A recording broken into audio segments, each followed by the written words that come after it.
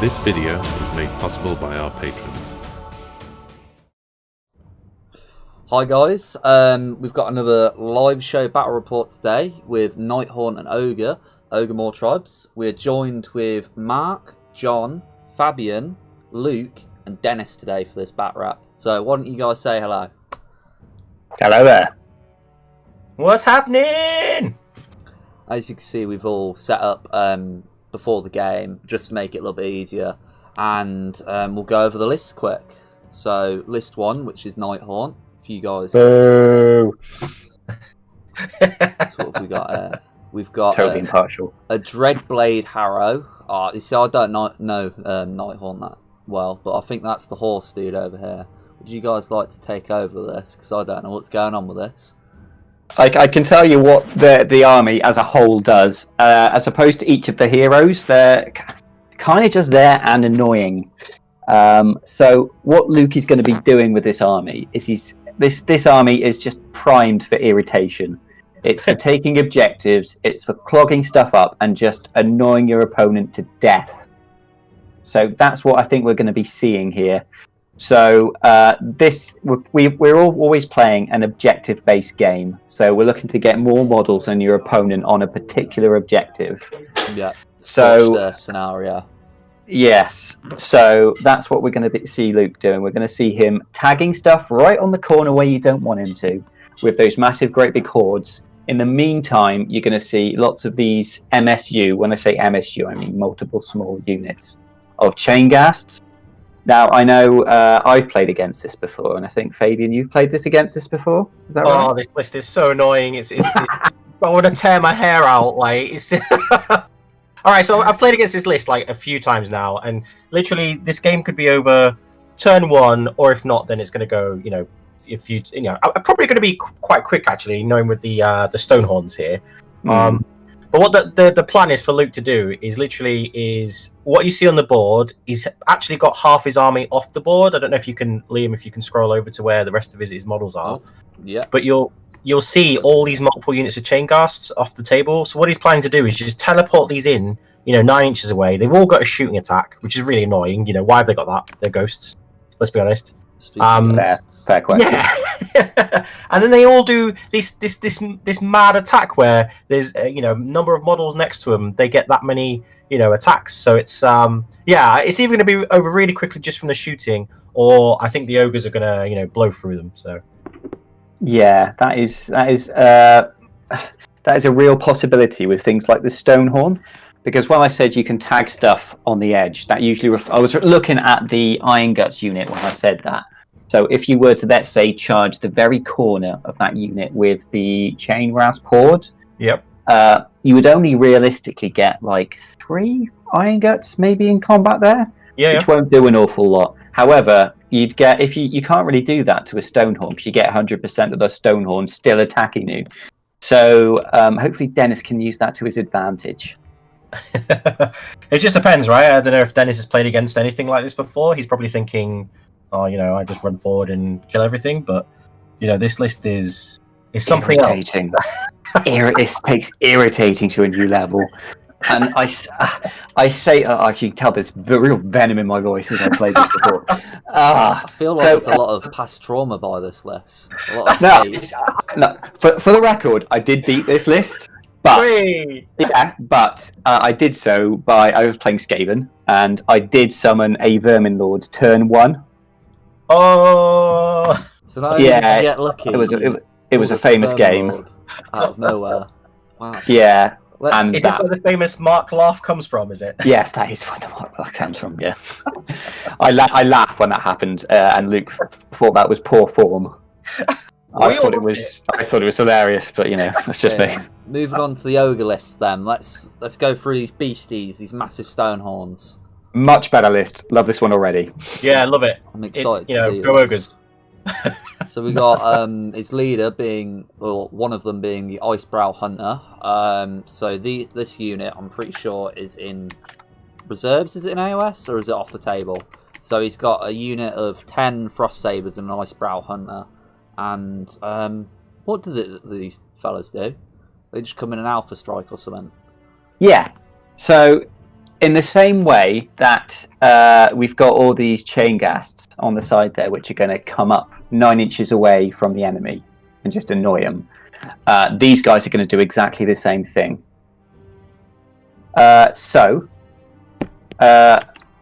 when they come up, the Icebrow Hunter is going to give them a command ability, which gives them +1 attack. And I'm told this can be stacked, so you can use it more than once on the same unit. Oh, So nice. he could do, if he was to get, let's say he had 5 command points stacked up, he could give that unit +5 attacks, Yeah. which is great. So, and yeah, he'll be doing that exact thing. So he's going to bring it up, power it up, charge it into the enemy, and hope to do a lot of damage. In addition to that, the Icebrow Hunter, when it's off the board, generates D3 command points a turn. Okay. Which is where all those command points are going to come from. It's a nice little command point generator over the. Yeah, it's a one-trick pony, but it is a good trick. So, in addition to that as well, the cats, the kitty cats, the Frost Sabers, Yep. they get +3 to charge when they're within range of an Icebrow Hunter. And in the formation that we've used, that Dennis has used, they get another +1, so +4 to charge, Yeah. which means they're probably going to get in. Now, when Luke comes down 9 inches away, I don't think he's got any bonus yet. Very much boo. I don't think he's got any bonuses to charge, so he's going to have to rely on the luck of the dice. Yeah. However, if you've got 11 rolls of that dice, then the chances are you're going to make a few of them. Definitely. I'm just looking at this movement phase now. Let's get off the army list and go have a look at this. So Constantin is starting with 1 command point of his battalion, and Luke starts with none. And by the looks of it, Luke's taken first turn with a load of ghosts. He hasn't taken first turn. He's had it given to him because of this. Luke's army has So a many million models, drops, units. approximately a million drops. He doesn't get that choice. Now, I think so. That means Dennis has given him turn 1. Yeah. For the record, I think that's a mistake. Oh yeah, Because- game's over. The reason I think it's a mistake is because Luke's going to have ghosts absolutely everywhere now. Yeah. So it's going to be very difficult for him to drop his Frost Saber bomb in a good location. Yeah. He's also, if he gets any of these charges in, like I was saying earlier about charging on the edge of the Iron Guts, it's going to be very difficult to him to get those free. Because another irritation of playing against Nighthaunt is that they're all ethereal. I think without exception, they're all ethereal, which means that Ren doesn't do anything. Yeah. So most of the army's got a 4-up ethereal save, which means 50-50, nothing happens, you know? So it doesn't matter if I think Iron Guts might have 3 damage each, which is amazing. But if you make 3 saves in 3 attacks, it doesn't matter. Definitely. Like, yeah. So also, if you think about it as well, like the chain gas, they have 2 wounds each, I believe. Someone correct me if I'm wrong here. They have 2 wounds each and a 4-up ethereal save, which means if one of those 3 damage goes through, they're still alive. That's and they can heal. And another thing is that they've all got bravery 10, which means the battle shock is basically not a thing, especially for these chain gas. They ain't battle shock enough. So yeah, it may sound like a rant the way I'm saying it, and that's because it is. Playing this is so annoying. The sheer PTSD from the the battles of fighting against these units. Well, I'm glad Fabian's come on and basically given the same opinion. It's like, horrible, it's rubbish, go away, hate the army, it's stupid. I think what we could see here is this Stonehorn on the Frostlord and Stonehorn on the right hand side completely disappear this turn.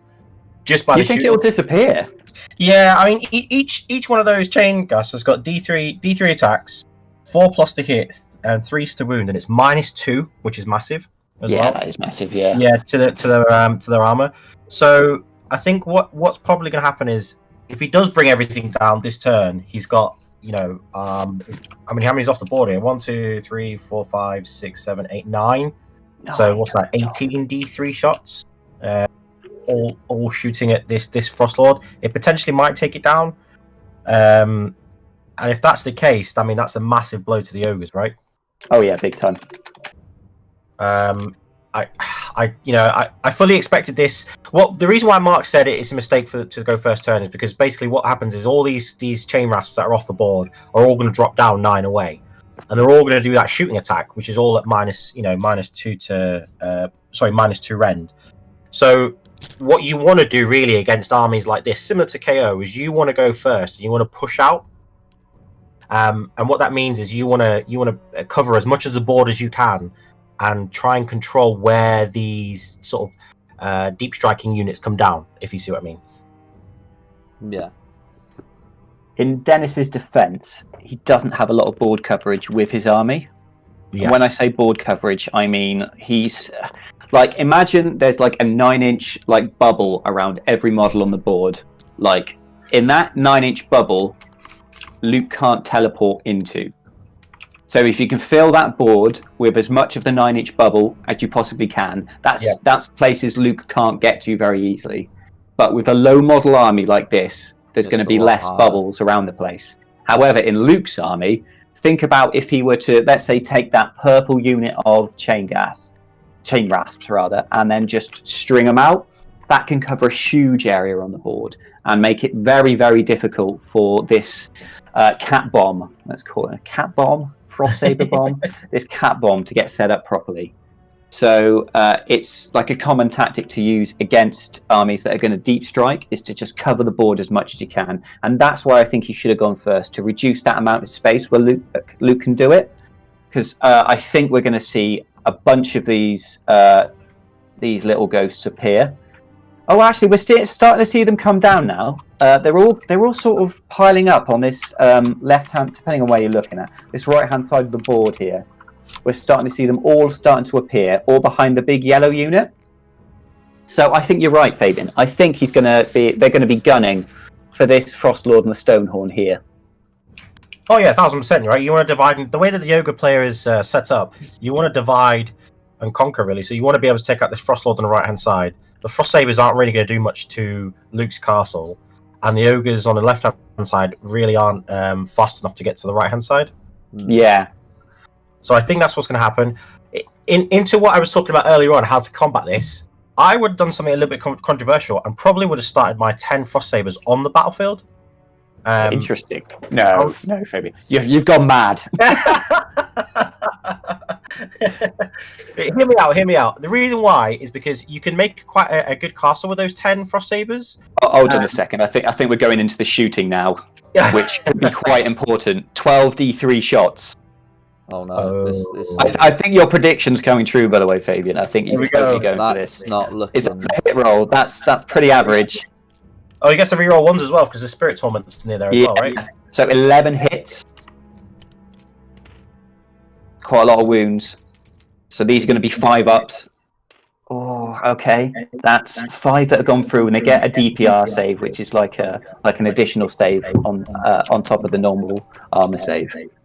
So, by the looks of it, is that 2 damage that's gone through? Oh, that's pretty poor, right? Yeah, I'd say so. 3 damage taken, it looks like. 3 damage? Yeah. Interesting. Yes, 3 damage on that Stonehorn, but he's not out of danger yet. So, another annoying thing about Nighthaunt is that every time they charge more than 10, they get to charge. They get to fight in the charge phase as well as the normal combat phase.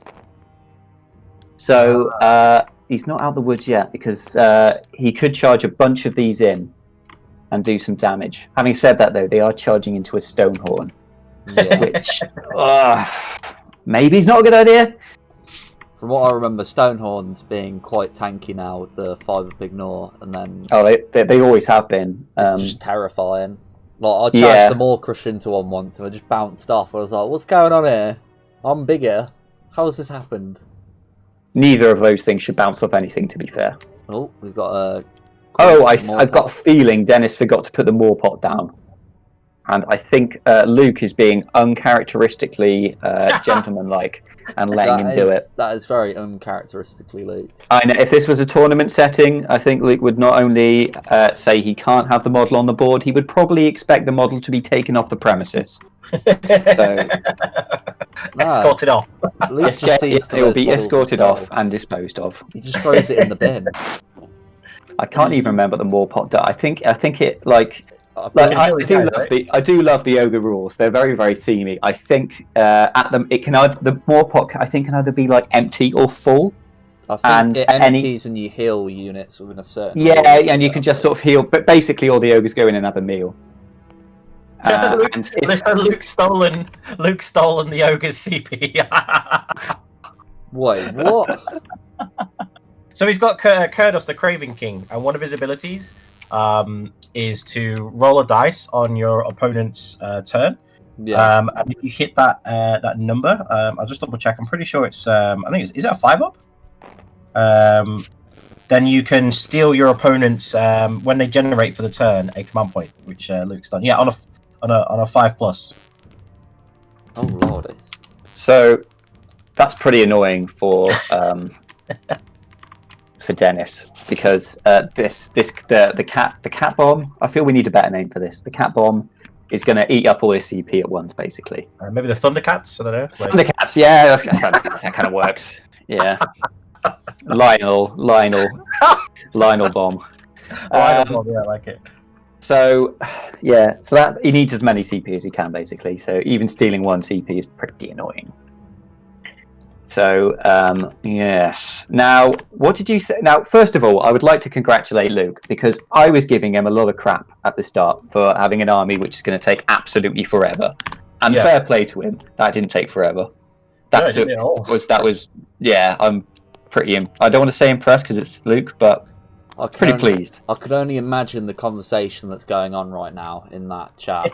My intent with this movement with these ghosts up here. I can just imagine it. So I'm laughing because all this is true. This is just so Luke. Yeah. Just like so my intention is. Yeah, actually, you can tell what he's doing by waving the hand around, isn't he? Yeah. Actually, well, this one counts as this one's what I mean. Yeah. So what we're seeing here as well is this particular Stonehorn has an artifact that. Do you guys remember the Battle Brew? I think it was. Yeah. So there's like something similar now where this guy can have a sip of. It's runes, it's not brew. It's not nearly as fun, but he can use his runes once a game, and he's basically re-rolling hits, re-rolling wounds. He's somehow re-rolling saves. That might be the same thing, but he's re-rolling everything. A Stonehorn that's re-rolling everything. It's pretty terrifying. That is pretty terrifying. So I think he's going to go into this big block of chain rasps, and something's going to happen. So we've got a comment in the YouTube comments here from Orkman. He's saying that Luke took the beautiful army of the Nighthaunt and turned it into a shooty army. What a crazy meta player! Yeah, I mean, all the time that I thought of a Nighthaunt army just being a random horde of ghosts that just bash your head in with like handles and stuff. And That's pretty much what you see normally. Yeah. And he's just got a lot of shooting, which is quite new to me. To be fair to him, it's quite a... I don't want to say interesting list because it's not, but it's a different list than what you'd see generally with Nighthaunt. Yeah. And in TTS, the one thing you can do is color code everything, which makes it a lot easier to tell what's going on. One of my pet peeves with Nighthaunt, and I've got a few, is probably my biggest pet peeve is the way people paint their armies. You ever notice that? I don't know if you guys have been to tournaments with Nighthaunt armies, but they all look exactly the same. It's called like concept armies. Yeah, is what people do, and I think it's a little bit rubbishing people who actually have really good concept army ideas. Yeah. But so what people are generally doing is just spray painting it white and then washing it a color and then saying, "Yep, I'm done." Yeah. It's a guess. And to be fair, it looks quite good when that annoys me. Because I've been working on these Varangard for about 6 months now, and they're probably going to look as good as a Nighthaunt army, if not worse. So what So you're saying is you need to get some Nighthaunt Gloom on your Varangon? What I need to do is get good, is what I'm really saying. Is I need to learn how to paint. Just say they're You Nighthaunt. Just and you'll win every tournament that way. These I Varangon don't are think- actually Nighthaunt. No. Another thing, to be fair to Luke, and I really don't like giving him these things, but Nighthaunt are not considered a powerful army. Yeah. Absolutely not. What is going on here? Oh, So- the dogs have been let off. The Cybertusks are about. So we've got the he's running the Iron Guts up 5 inches, so a total of 13 that's moved into the centre. Moving the Frostboard up a little bit and trying not to let Luke onto the objectives. But he's given up this one here. Which one? Unless- The one on The one on the bottom left. the... Okay. Unless the Thundercats are about to come down, he's Well, just don't given up forget- this objective. Don't forget the Dreadblade Harrow, Yeah. the general, which is in the far... As you're looking at it on YouTube, it's on the top right, next to all the purple chain rasps there. Yeah. He's got an ability, right, in Nighthaunt to teleport himself. Yeah. Yeah. I believe he can take a unit with him as well. I think so. Yeah. So I think what's got into Daniil's head here is the fact that Luke can, he's still got a couple of units of chain rasps off the board as well. And So I think we're seeing a charge here, just so you're aware. That's where the Stonehorn's about to move in. It's a bit difficult to see because the chain rasps are like strung around the side, but this looks like a charge to me. So rolls a 6. So it looks like he's taking the 6 for the roll to get into the chain rasps. Looks like. Yeah. Sorry, as you were saying, Fabian. Oh, it's alright. It's no worries. It's no worries. So I think what Daniil is doing is he's trying to sort of block out Luke from the rest of the board. So what I was talking about beforehand, if Daniil would have took the first turn, while also obviously going to be trying to get to Luke's objectives at the same time. So I think he's trying to stop him from teleporting and getting away from the trap. The problem I see here is he's just this Frostlord, the other Frostlord on the far left hand side, is just doing nothing at all. No, it's not, is it? What you could do is a teleport, really, for that Stonehorn. Ideally, that's what he needs. He doesn't have one, as far as I'm aware. But so, it's a 6-inch charge for the Frostlord and the Stonehorn. The reason that's important is because ogres do mortal wounds as they charge, so he was looking for a big charge there. Yeah. And I don't think he's gotten it. No, I think he only rolled. Yeah, he only rolled 1 mortal wound out of all the. It's on a 4 as well, so only 1 rubbish, mortal isn't wound. it? Bit unlucky. It did kill 1 chain rasp, which is the best way of killing the ghosts. Is mortal wounds. It is, but you don't need to do more than 1 mortal wound to shift 40 of them. Yeah, you're correct there. Yeah. And also that stealing that command point could be massive because if he does a lot of damage to these chain rasps here, he's just going to command point them, right? Yeah, that's right. Seems Because like- he used a command point previously to get those yellow units to run 6. Yeah. So they're this far forward. So Luke- yeah, you're right. That stealing that is actually pretty massive. So Luke's used his triumph. Luke's using his triumph because that's a really good idea. Yeah, just to remember it. Yeah, I struggle to remember those, but no. When he rolled, I think he rolled at the start. The saves. Oh god, he just saved all of them. I hate Nighthaunt so much. Luke scummed him. Yeah, I saw that. Liam, does he do this to you when he comes and plays as well? No, the only things I get from Luke is, oh, have you got this model? Oh, have you got this army? Oh, it's mine now. I rarely play against Luke, but I've beaten him a few times with meme lists like the Stegageddon. Oh, what? You're gonna have to talk about this. Oh, we originally were planning on doing like a little series on TTS at the start of lockdown, and then this video we recorded for it. It was what were they? Scuttle Tide spiders. The Gloom spiders and stuff. So Luke had 3 Arachnaroks and a load of normal spiders around, and then I obviously had 8 Stegodons, all with great bows, and then 1 was a Skink Chief. Okay. So what happened there was I shot 1 Arachnarok off first turn, and got another one half health, and the other one lost 4 wounds. And then it was just a slaughter. I mean, I think I lost 2 Stegodons in all of it, and I just ran through all of it. It was Nice. it was majestic. It was an open the door, get on the floor, dinosaur sort of bat rap. Oh, It's all about jeez. the monsters. I like the story as we're seeing Luke take off models here. So I think that's 12 in total from the Frostlord, which is Ooh. disappointing. Oh, really? Yeah. Hmm. So there's 40 in there. Oh, 13 apparently.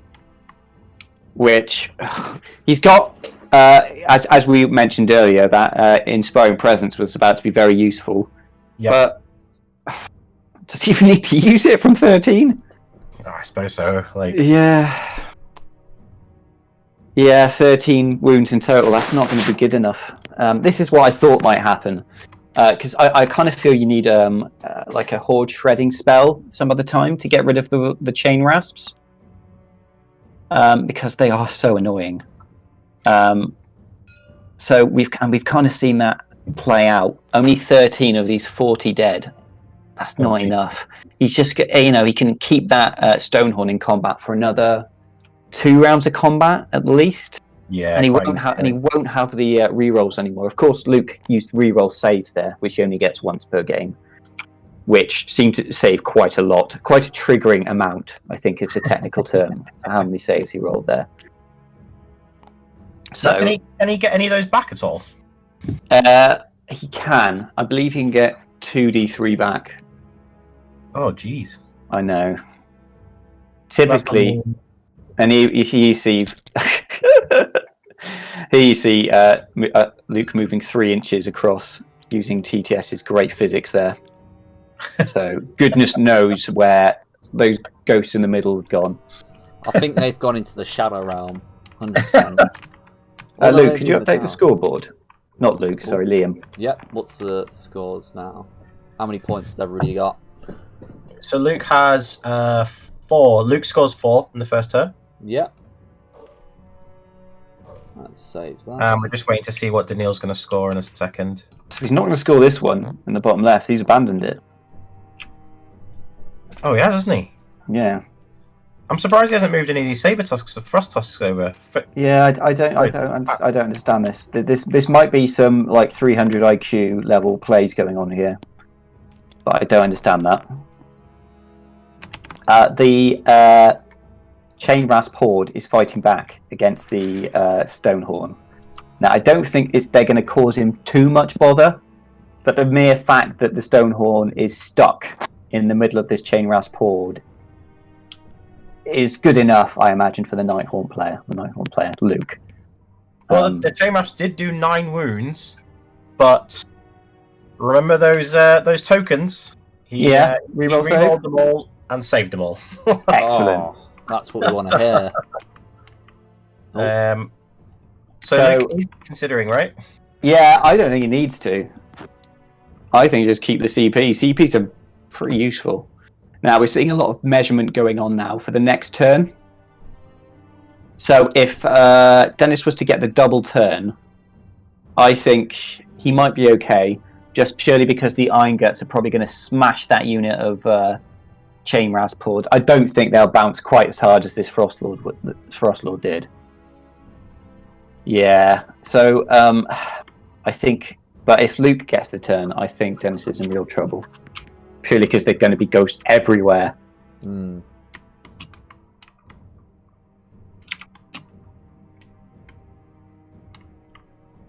And I think we're going to be awaiting that priority roll in a minute. I think Luke is just talking to himself about whether he needs to protect that yellow block from a bravery test.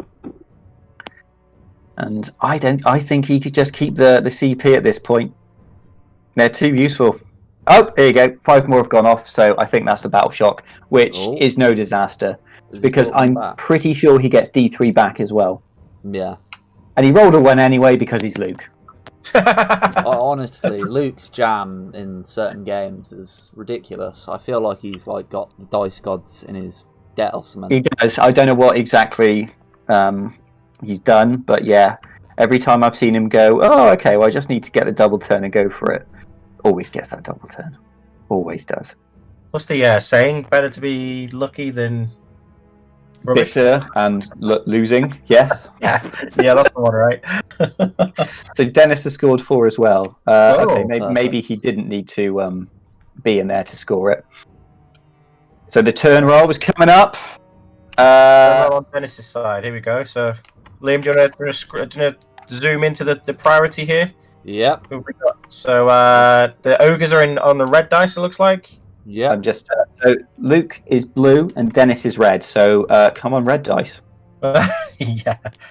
The ogres. Yes, come on. Dennis has got it. The fact that Mark is so interested in this. So Dennis could get the double here, and I think he should take that. Okay, then we're going into turn 2.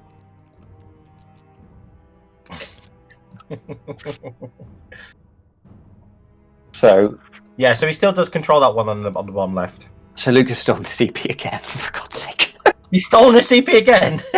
Oh, Luke. Oh, that's brilliant. Okay, so he's got 5 CP. Dennis has. He should have 7. Dennis So has got this 7. is just so everyone knows, when the Icebrow Hunter is off the board, which he is at the moment, he gets D3 command points, which I think is pretty cool. So but this is the turn where he should, in that he should get the, what do we call it, the Thundercat bomb, whatever it is. Yeah. Should lay the Thundercat bomb down. So Luke has done a good job of screening the back side of all the Nighthaunt heroes. Yeah. But and I don't think the Thundercats are going to get into too many chain ghasts. So I think Luke's probably okay, to be honest, even though he's getting the double. What I would like to see, though, is I'd like to see these Iron Guts go straight into this pink block of Chain Rasp Hordes and absolutely annihilate them, because who doesn't want to see that? I want to see this unit get shredded. Yeah, just absolutely evaporate. What could happen as well is the Thundercat bomb could come down onto the objective by the ruins. If you guys follow me, it's in between the rock and the ruins. Yeah. There might be room to get them down in there and take that objective as well. Because if you think about it, the Iron Guts could take both objectives that they're next to. Okay. They'd have to absolutely go ballistic. And to be honest, I'm probably over-egging the pudding there with how much they're able to do. I just want to. This is what I want to see. I want to see them do this.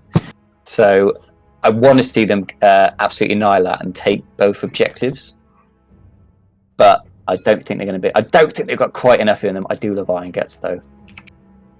They do. I think they do 3 damage each. The damage output of Iron Guts is ridiculous, right? It's pretty good, but I'm pretty sure they hit on a 4. I'm gonna double check this the scroll for them a second, because I'm sure you'll realise every time you hit on a 4, that's a miss. If you hit on a 4, it's not gonna hit. That's just how it works.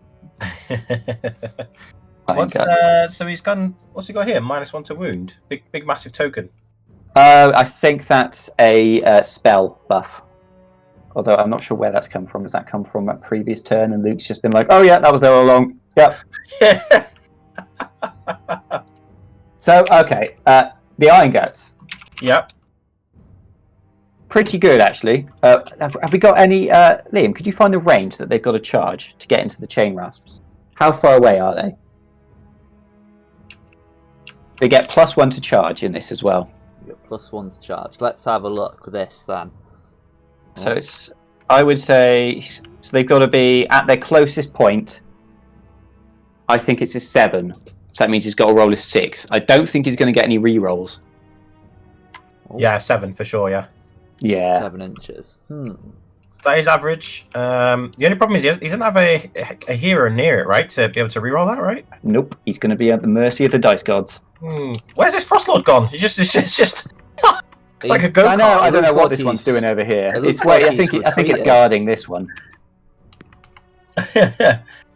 Oh, that's brilliant. I think he's is he in all seriousness, I think he's just literally just retreated out from those chain rasps just to claim that objective, right? Yeah, 'cause this one I believe is worth 10 models, isn't it, for the monsters in Ogor Mawtribes? Yes, that's right. So that is. It may look like one model, but actually it's 10. For scoring. Luke's spell Shade Mist was the -1. Oh, did he forget to cast it? And Dennis is being an absolute gent and letting him do it now, which is fair enough. I think he had it on before, but I think he just didn't have a token or anything to show that he had it. So Okay, fair enough. it makes sense why the that might be why the Stonehorn didn't do his right? fluffed a little bit. Although I think his own dice rolls kind of sort to that. Yeah. They forgot about it, but decided with the reroll, the Frostlord had it, would have made any difference anyway. Yeah. Yeah, it's like I don't think Luke can really complain about how much the Frostlord fluffed. Yeah. So the sabers are running. So he's going to correct what I believe is his mistake here. Although I don't know, I don't think they're going to be able to make much of a difference, these frost sabers here, when you've got like 30 chain rasp hordes knocking at your door. I like what the Ogre player is doing here. He's trying to make the best of what I would say I'd say a bad situation right now, because obviously when you get sort of a double turn, it looks a lot worse. But Luke is going to push out, and you're going to see these ghosts just absolutely go everywhere. Yes, if you see what I mean. So you're gonna see. Sorry, I'm just reading a comment here on YouTube. You're going to see him push out completely the chain rasps. You might see, depending on if the ogres get in or not, the chain rasp blob on the top right get dealt with quite a lot. But you might just see the ogres and the chain rasp just switching positions here now, and I think. Oh, here it comes, ladies and gentlemen. Here it comes. The Thundercat bomb. I don't know until someone comes up with a better name for it. That's what we're going with. Are we going Thunder. Thunder. What about Sabernami? Saving up. It's like a tsunami of cats. The 10 frost sabers that happen to be next to an Icebow Hunter. Maybe someone in the comments can give us a sort of a nickname. Yeah, could you give us a name for the cat bomb? Because every time I say it, I kind of throw up in my mouth. Cat. So I kind of sound like I'm like just disappointed with myself generally every time I say that. Yeah, exactly right. Cat bomb. Yeah, because that's what I'm going with. Sounds like a Tom Jones sort of song, right? Yes. Yeah, that does sound like something he'd sing. Cat bomb, cat. Oh man. All right, so what we're looking to do here with Mark and Liam? What do you reckon he's going to be doing with these? With the cat bomb. The cat bomb's going to be going off. I reckon this cat attack's going to somehow fly up that building and hit those chain ghasts, or try and get to that shooting unit. I don't think they can. This is like another rank coming on in here. This is the whole. I'm pretty sure all of Nighthaunt have flying. Yeah, they've all got flying. Oh, so the Iron Guts have rolled a 6. I thought that was enough. Yeah. To get in. Do they not have +1? He's going for a reroll. It might be because he didn't like the. He wouldn't get that many in. I'm just going to ask. Oh, so it's enough. He's rolled a 7. That's enough. Ah, brilliant. So we rolled it and got them all in. Yeah. He's about to bring the pain. I want to see a lot of chain rasps dead at this. I'd love to see that. These guys, Iron Guts, have 2-inch reach each. So I haven't got the. Oh, okay. So they don't get the +1 from the battalion. It's just the Frost Sabers. So ignore me. He needed a 7, which is risky. Oh, and because the Icebow Hunter came down, it was in range of the Iron Guts to give him that reroll charge. Very good, very clever. Yeah. Anyway, they're in. That's the important thing. They are in. So the profile for the Iron Guts is they've each got a 2-inch weapon, which I think most of them would be able to get in. That's a 40mm base. And because we live in the UK, where we have a combination of metric and imperial, I've got no idea what can hit what. So I think all the Iron Guts will be able to hit the Chain Rouse Pord with that weapon. And it's 3 attacks each, 3s and 3s, -1 rend, damage 3. That's pretty nasty. So, I always tend to think of a 3-up, 3-up. I think that's about 50%. Cat attack. We're seeing cat attack. Cat attack. Cat attack. Oh! So they're coming in as well. So how many CP have been spent? Do we know? Or is that happening in the combat phase? I think it happens in the combat phase. He's still got 4 command points here left. It's going to be You could interesting. see all four command points going in, +4 attacks on these frost sabers. So that's 7 attacks each. Woo! The hunter's staying where he is. Now, these 2 Chain Rasp hordes could be about to evaporate. Now, what he could really do with is a 3rd turn in a row, where he goes in and smashes all the heroes, but obviously that will be in AOS 3, not AOS 2. So we'll have to make do. But then we've got the most annoying part of the army list, which he hasn't even seen yet, which is the ghosts, the MSU ghost that will not die and score everything. So +3, so we're seeing 3 CP go into that, +3 attacks, so 6 each. Oh lordy, I know. this is going to be a big combat. Yeah, it's a lot of attacks, and Luke has already spent that reroll save, and I think he was right to do it, to spend it when he did. Yes. But reroll saves and Nighthaunt on Ethereal is really, really great. So he's going to miss that. So the Frost Sabers, let's have a look. This is the thing. They've got 6 attacks each. Yep. But hitting on 4s, and I think now wounding on 4s. Oh, so not... Yeah, I know. Yeah, that's not. We'll see. Maybe I've been hyping up this cat attack a bit too much. Oh, so it looks like they wound on 3s, -1 rend, but obviously... I think they've got -1 to wound against the Chain Rouse Paws. Oh, yeah, you're correct, aren't you? Because of Shade Mist. Never question me again. I'm sorry, Mark. Sorry, Yeah, sorry I'm used to dealing with JP. And JP, if you're out there, we love you. Yep. I think he's going to be killed 3. Oh no! Oh no! All that hype, mostly due to me. No. Oh, and now No, the cat attack. No. cat attack. It's All those bounced off. command points. Oh, yeah. As John, who's in the other chats, pointed out, that is 1 CP spent per dead ghost. Oh no. Oh no! No. There's not more, no. Let's okay. hope this combat It's not over supposed to here. end like this. No, it was not. They were supposed to die. The cats are probably going to take more damage now from the stupid ghosts. Oh, why do we bother? So while you guys were looking at cat attack, I was having a look at this Iron Gut, and one interesting thing: if he would have rolled 1 inch more, he actually could have activated and piled in, across, which would have meant that he would have been on the other objective as well. Essentially taking both objectives here with the amount of damage that he's going to output. Now, this is a slightly scary amount of attacks happening. 26 are in range. I think I just vomited looking at those amount of attacks. Yeah, Oh. I don't. I think that's going to be most of them missing though. Are they wounding on 4s? Yeah, it looks like Got to it. be at least 4s. Yeah. So what is that? 9. 9. Is that 4 or 5 up save? I think. Yeah, one of them is down to 1. Yeah, one of them's down to 1. So none are dead. Oh. That's Yeah, a 4 up lot. save. Come on, ogres. They're going to do it with their mighty bashing weapons. They can't rely on the stupid frost sabers. 3 damage each. Ugh. So if everyone watching would like to cancel their order of 20 Frost Sabres, now would be a great time. Their stock value is just plummeting. Oh, the cats were doing so well. Were they?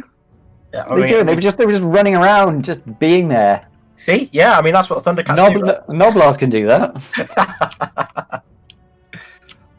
Oh, so how many have we got here? We've got... okay, so they forgot to do the impact hits for the Sabres and do 2 more mortal wounds. So that's still terrible. Okay, the order's back in, boys. Oh, here we go. Here's the Iron Guts. 3 stick. Come on. Is he re-rolling the ones? No, he's not. But it doesn't matter. 31 hits. This is what I want to see. Come on, 3s. That's not great, but it's okay. So each one of these is 3 damage. So no 5s and 6s, please. Oh, Luke, I hate you. I literally hate you. What the hell is that? Saves 12. Wow. That's still 24, right? Still 24, but that should have been like a lot more. 44. So he's still got his 6 up death saves as well, right? I think he has to be wholly within 12 of the hero, which I think he's going to be well out of now. Yes, because he piled in away from it, right? Yeah, I think so. Yeah, rookie move. And he's got all those command points, so these guys are going to be sticking there. He does, however, take this objective here and this objective here. So would you... Right, and this is the key question that I always, quite frankly, fail at when I do this scenario. Because he's got to make a decision at the end of this, is do you burn the objective? I probably wouldn't, just because you're in quite a strong position right now. But obviously these guys are in there, right? You know, I don't think he can get rid of this Iron Gut block. It's horrendous, right? Like, so could just look, I've never got this scenario. Could he not burn every single one of his home objectives? Right. 2 of his opponent's objectives. Does the burning start happening from turn 2, I think. Yeah. If you were to do that, what would the likely outcome be of the game? Oh, if you just burn all these objectives right now? His 4 home objectives and 2 of his opponents. That's can you do 6. That? I don't know. Is it 63? Can you burn them like that? Is that how this works? Am I a commentator for a game that apparently I know nothing about? Apparently all of that is true. I'm going to go find, the rule book. Hold on 2 seconds. I always keep it handy. Would that be a and another question, would that be a terrible play or a 300 IQ play? I feel like if it worked like that and you got D3, you potentially could win just on that. Well, I think it'd be so difficult to come back from. Like, what you normally do is you normally decide, am I going to have this objective for the rest of the game? And if you are, then you don't burn it, because you're going to get a point every turn, regardless. And D3 is, essentially D3 turns, so 2 turns. I have a funny feeling in the back of my head. It's enemy objectives you can burn, right? In the back of my head. I might be thinking of older... you might be right. I might be thinking of old editions where people used to just burn all the home objectives, and then it made you absolutely soiled yourself because that meant they were coming for you. Yeah, they starting from this. Is it this Scorched Earth? Isn't it this one? Yeah, Scorched Earth. Yeah. So at the end of each of their turns, each player scores 1 victory point for each objective they control. Okay, so that's a given. Okay. Yeah. Starting from the second battle turn. At the end of each of their turns, which is around about now, because we're going into the battle shock. An objective in enemy territory. A player can raise an objective they control in enemy territory. An objective in enemy territory cannot be raised while as an enemy leader within 6 inches of it. So this one in the top right by the purple chain rasps couldn't have been burned anyway. Oh, so, two of the cat attacks run away. Oh, goodness me! You guys are a disappointment and a half. No, it's a catastrophe. So for 3 CP, you killed 3 ghosts. What happened there? What's happened here? That's an undo button waiting to happen. Well, The whole of the board's moved. oh no. So this doesn't happen in real life. This is one of the things that is unique to Tabletop Simulator. Unless you've got a particularly large individual try and squeeze past you as you're playing a game, and they accidentally knock your board. Hit the rewind button in a second. Yes. How do we... Oh, wait. Rewind time. Yeah, you might need to press it a couple of times. Let's just see what happens. Let's see what happens. You need to press it again. Oh. Oh, wow, we've got a building. I love these glitches at the moment. Again, that doesn't usually happen in real life, everyone, just so you're aware. Oh no. What's going on? I've rewinded it a lot, and it's just exploded. Keep going. Oh, I think we've got it. That looks better. That looks good. Okay, that's... Alright, yeah, don't press anything, Liam. Okay. Stop pressing things. But there's a big red button. Oh no. I think we're back to where we were. This is fantastic. I mean, this is what can happen in real life if you flip the table, right? So you Yeah. see here, guys. This frequently happens in Luke's games. I don't know why. Yeah. But, I think Luke So- plays most of his games in the bin these days, doesn't he? yeah, that is traditionally where you find him, or just directing his opponent to the bin with their army. So we're looking Alright, at burning objectives now. He can't burn his home objectives. That was an old edition. So he could burn the two that he's got control over. So the Frost Lord is burning his objective, Okay. D3. Do you know if Now- the tournament has done it as 2 or... I believe it's D3 still. So this is a big roll. It's a 1. You see, I hate that rule. It's so stupid because it's such a massive difference between 3 and 1. So he gets 1 CP for that one, and the objective is gone forever. one Just victory point. memory, what it could have been. Is he going to burn the other one as well? Deciding on the Iron Guts. Let's have a look, see what he's... The question is Luke going to get that one back? So he's decided not to. Remember, each of these models, I don't know if that unit is within 12, I think, of the Ice Brow Hunter, which means they're battle shock proof potentially. But you know, you've got to ask yourself, are those Iron Guts going to remain there? And I don't know the answer to that question. So it looks like Dennis has scored in 11 in total. Yeah. So I don't think 11 that's going to be enough. So we'll update the victory points in a second on our on the screen there for you.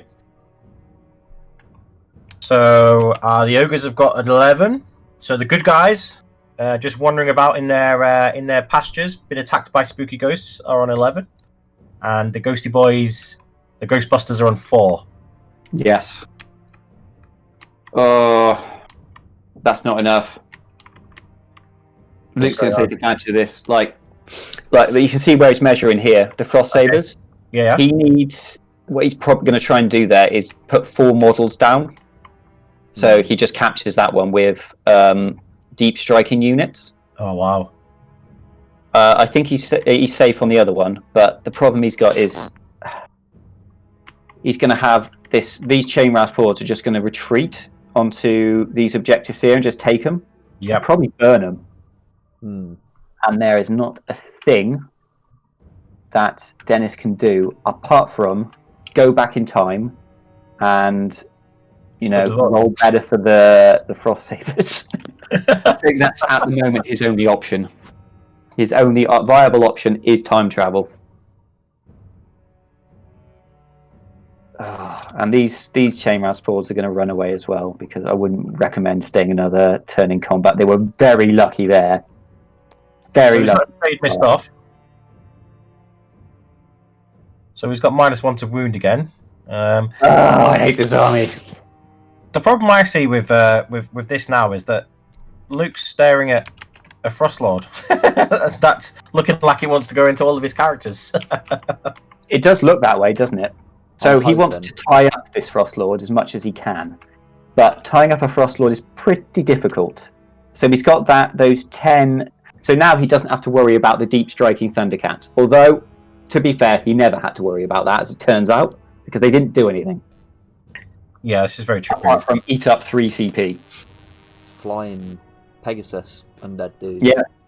So here we are. We're seeing the. This is the Reikenor. Grim Hailer. Yeah, Reikenor.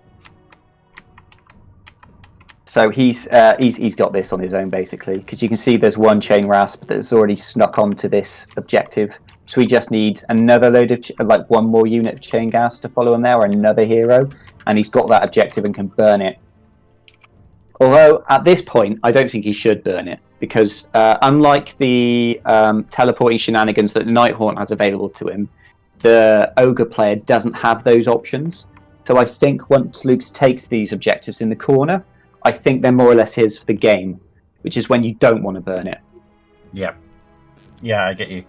So it kind of makes sense with Daniil holding this Frostlord back. You know, it could be a case that it might be a good move in the end. Yes. What if Luke just ignores it though? Yeah, I see what you mean. It's just the big problem for Luke is the Iron Guts and the two Frostlords, and if he can sort of position them in a way that they're sort of Luke can't ignore them. Yeah.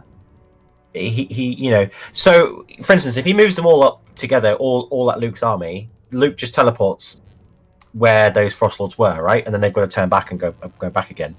Whereas now he's left a Frostlord here on the right hand side. Luke doesn't really want to go anywhere near that.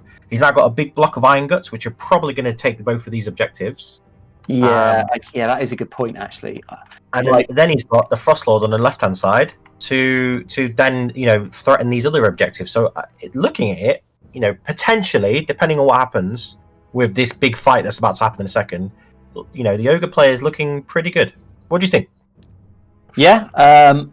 One thing to note as well, I don't know if this is a mistake, but there's like a lone chain rasp horde, the one that's like grey. One's at in the middle there. Back of Luke's board. Over here. There's one like by the purple hand, like the one of my hands over the grey hand. What is that? Should that be there? I think it's meant to be with the rest of the this unit just further back, or it could just be Luke doing the. Oh, you know my intent. No, he's moving it to block him off. So he was halfway through moving it. So this is the thing that's going to be a problem because you can't really tie up the Stonehorn. What you can do is just feed it stuff. Like you can feed it 10 chain. Like so next turn, because a lot of people have a go at the double turn mechanic, but I think it makes you think more about the game, because when you're on, if you were to take the first turn, that means your opponent has the potential of doubling you at any one point. Okay. So you have to mentally prepare for it. Now that that's happened, Luke can play a little bit differently. So he knows full well that if the Frostlord charges into that chain rasp horde, it's not going to then get another turn and go through him. Yeah, that's very true. So he can kind of play a little bit more traditionally, I guess. So he knows this chain rasp horde is going to get killed by the Frostlord and the Stonehorn, but he doesn't necessarily care, you know, because he'll just put another screen in front of it the next turn. Because this Frostlord, as far as I'm aware, doesn't have wings, so it can't like fly over units. Like flying is such an important mechanism for the game. It's one of the reasons why this Nighthaunt army is so annoying, because it can like charge over stuff and get into like little cracks that you didn't think were there. You see, he's completely going to try and clog up this Frostlord and make sure it can't get onto this objective very easily. This Frostlord is going to have to do a lot of heavy lifting now, and without that double turn, I don't think it can get I think this objective in the top left I don't think he can get it back. I think that's as good as Luke's now. Sorry, I say the top left, the bottom right from where you guys are looking. I don't know how he would get there without teleports. That's why teleports are so useful as a mechanic. Yeah. So useful. So Luke can predict where this ogre army is going to go now. There are no surprises left. So when you've got stuff in reserve, like the Thundercat unit, Luke can't really... he has to use board presence to stop them appearing where he doesn't want them to. Now he doesn't have to do that. Now he knows exactly what the ogre player is going to be able to do from one turn to the next, because he doesn't have any teleports and he doesn't have the double turn. So the ogre player is going to become playing a lot more predictably and make Luke's life a lot easier. So we're seeing Luke retreat here, which is predictable. So Luke But he's got a few more problems on this side of the board, to be fair. Because I don't know what he can really do to stop the Iron Guts taking this. Yeah, so it's going to come down. I think you're right. I think it's going to come down to the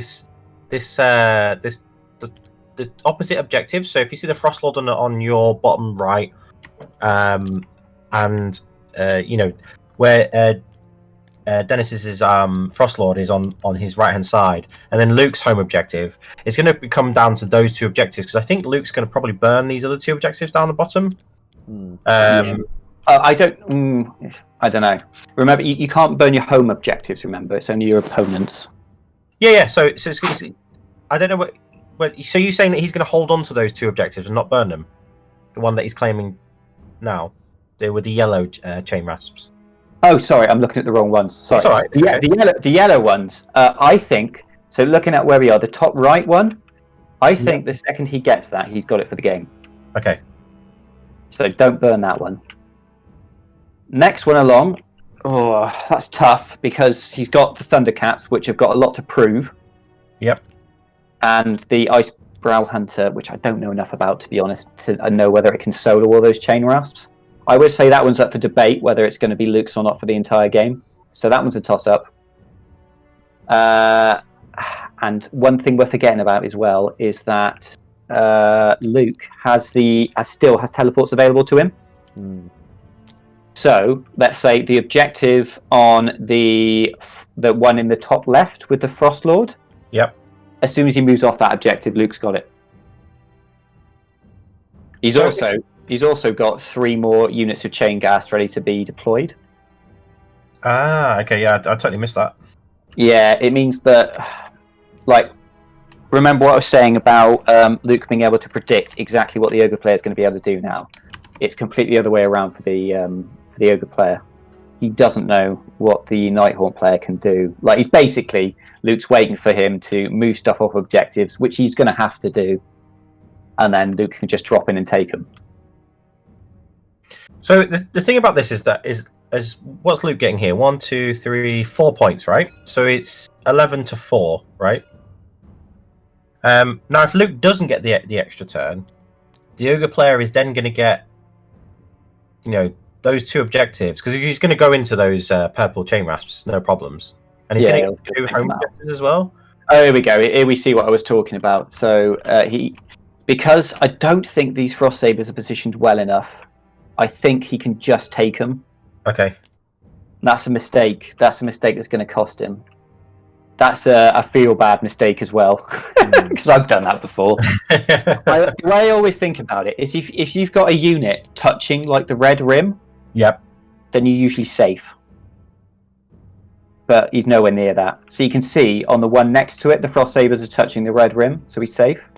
And you can see on the one beside him as well, the Frostlord is touching the red rim, so he's safe. Yep. But not on this one, which means Luke's free to come in, take it, and maybe even burn it. So, well, has he just killed them from shooting? Is he?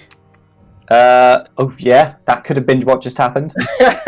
Wow. Okay. Right. Yeah. 4 shots, 8 shots, 4 wounds. They all went through. -2 rend in it. Oh, what's going on over there?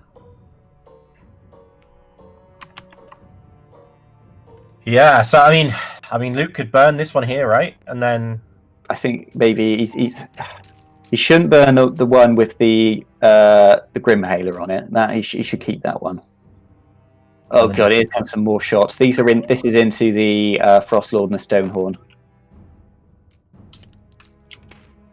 So that is 12 at -2 rend. Oof. Get him. Yeah, that's gonna hurt. Yeah.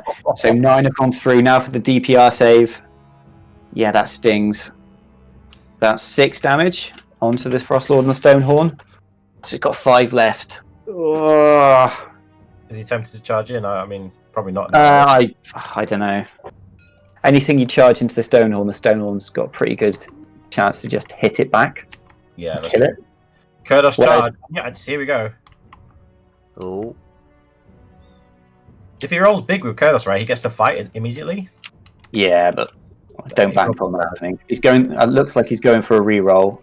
He needs an 8. 9. Oh, he's got a 9. Yeah, so he's in, but he doesn't get that all-important 10. Oh, so we're gonna see the big fight off here. You know, I've got no idea what the guy does. I'm not going to lie to you. Is he a good combat character? Yeah, he's pretty good combat monster. He's good against generals. Oh, I think that's what we're seeing here. But I think the hunter is the general, right? Yes, you're right. Yes. Is he rolling? He's rolling. Is he rolling some other attacks as well? Is he rolling some other charges, just so he gets to fight straight away? Yeah, he's pretty good actually. That Kurdos, isn't he? Just looking at his attack. Oh yeah. He's it's not bad. That's what he's. And plus, you can't. You know, all the Stonehorn's attacks. It's massive rend, and he doesn't care about that. Yeah. I think Luke is currently doing his. I'm going to roll all these dice on the table and see if I get lucky with a charge. Yeah, and eventually he will. And that's not necessarily Luke being a fluky SOB. That's just weight of dice. Eventually they happen. Oh, there you go. There's the 11. Yeah. So they're going to get to attack immediately. Straight in there. They're going to take out these cats. So, this is something we touched on beforehand. Someone getting a double turn, it can look like an army is on the back foot. But as we're seeing here, now Luke's having his second turn. All of a sudden, like I said, he's going to push out, and he has pushed out. If this Frostlord goes down this turn, it's going to be a big decision whether these Iron Guts go towards Luke's castle or their contempt with. Look at this dice rolling from Luke here. Doesn't it just make you angry? That dice rolling is the sheer reason I don't sleep at night. Yeah. Who do you think he is?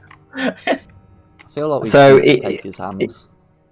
So we got a lot of attacks there because the chain gas, the number of attacks is based upon how many models are around them.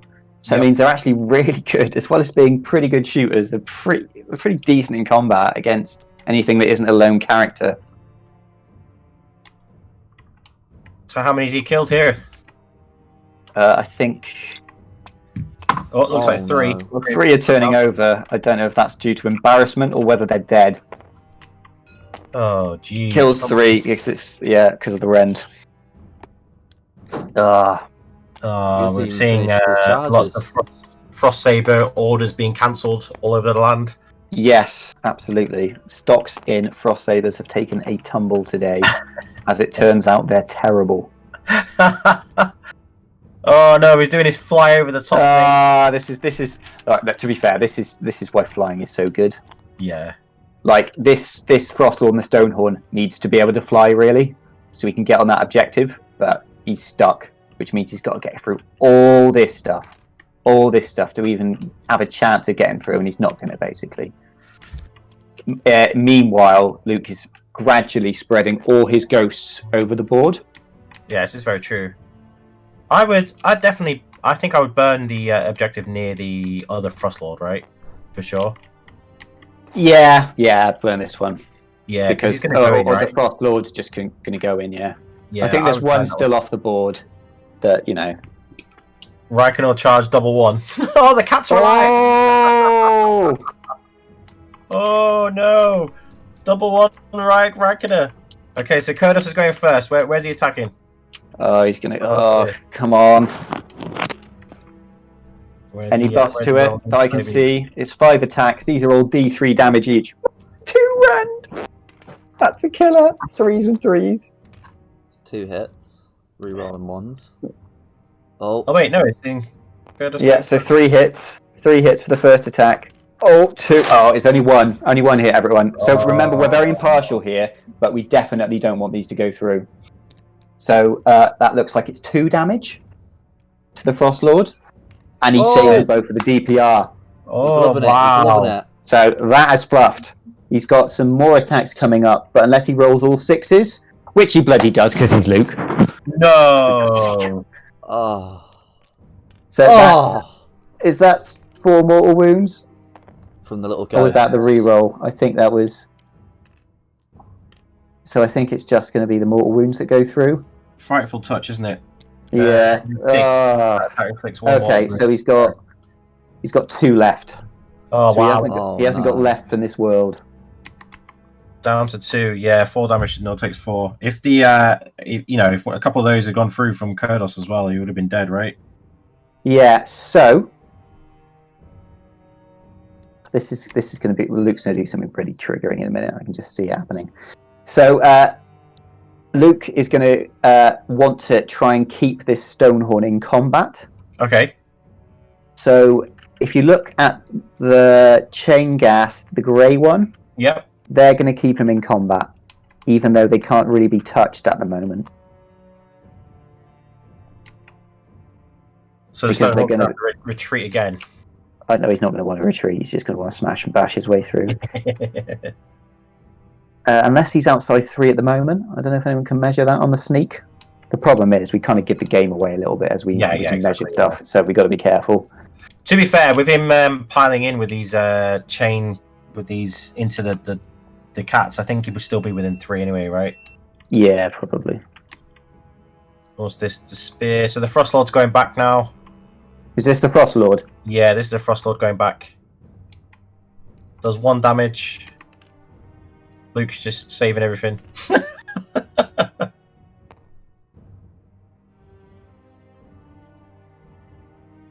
No wounds from the Frost Lord, it looks like. No wounds due to -1 from the spell.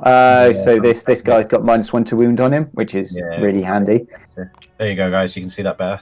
So I think I don't think anything's going through at all. Really unlucky. This is the power of Nighthaunt, right? If you could just roll a 4 up. Forever. Yeah, pretty much. I think those went through. I think the hooves have gone through. No wounds? Oh, that was the wound roll. I thought it was the save roll. Did 1 wound to Kurdos total. We're taking a vow of silence in respect to the fallen Frost Lord on the Stonehorn. Here you can see, here comes the triggering thing. Here's the thing that's going to trigger me. So he's piling that across the Frost Saber to trap the Stonehorn in combat for the foreseeable future. So this guy's basically gone now. Like even if he doesn't die, he's now useless. He's not going to get to where he wants to be, which is on that objective.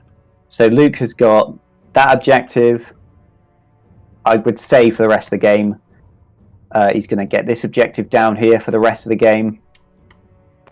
I would burn the objective with the 2 where he's dropped into with the chain gas. I'd burn that one if I was him. So 3 wounds onto the Frost Lord. From the chain. Is that him dead? The ones that piled in, right? Oh no, they're going into the Frost Sabers. So the Frost Lord's taking 1 wound. Has he got 1 left? Yeah, he's got 1 left. Oh no. This is not what we want to see. Yeah, the chain gas, they have they're more than 1 inch, aren't they? Yeah, the 2-inch range for the weapons. Everything about them's just irritating. So, and I will give Luke credit. He is playing this army quite quickly, and on paper this is like potentially a really slow player's wet dream. So to be fair to him, Luke's actually done quite well to play them as quickly as he has. Okay, so we've got a YouTube comment regarding the program. So spectators can't measure on their own. Yeah, so with us being in the chat, when we measure, the other players can see what we're measuring. So it just means that it's not fair if we start to measure stuff on the board, and then players that probably will miss, if they do miss stuff, and we bring their attention to that, they might, it might change the course of the game, if you like. So we don't like to start measuring stuff in game. It's just like in real life, going up to a table and start measuring stuff on the table. Can you imagine that? Just people just going around to random tables, just starting measuring stuff all over the place. Yeah. Might start doing that. I think the Stonehorn and the rest of the Frost Sabers have somehow survived this onslaught. Oh, what? Really? Yes. Yeah. Well, Well, back in. well, how many CPs? He's got 1 CP left, so I can't imagine Frost Sabers are the bravest souls in the Mortal Realms. I will double check that, but I'm going to go with the not. Go cats! Go cats! You can do it! You can Bravery do it! 5. That's not very brave. No, they're dying! No! No, another one's gone. Well, to be fair, the way they played, I don't think you'd really want to waste a CP on that, would you? Yeah, no, not Maybe at all. not. It does tie them all up, but for what? No cats, no.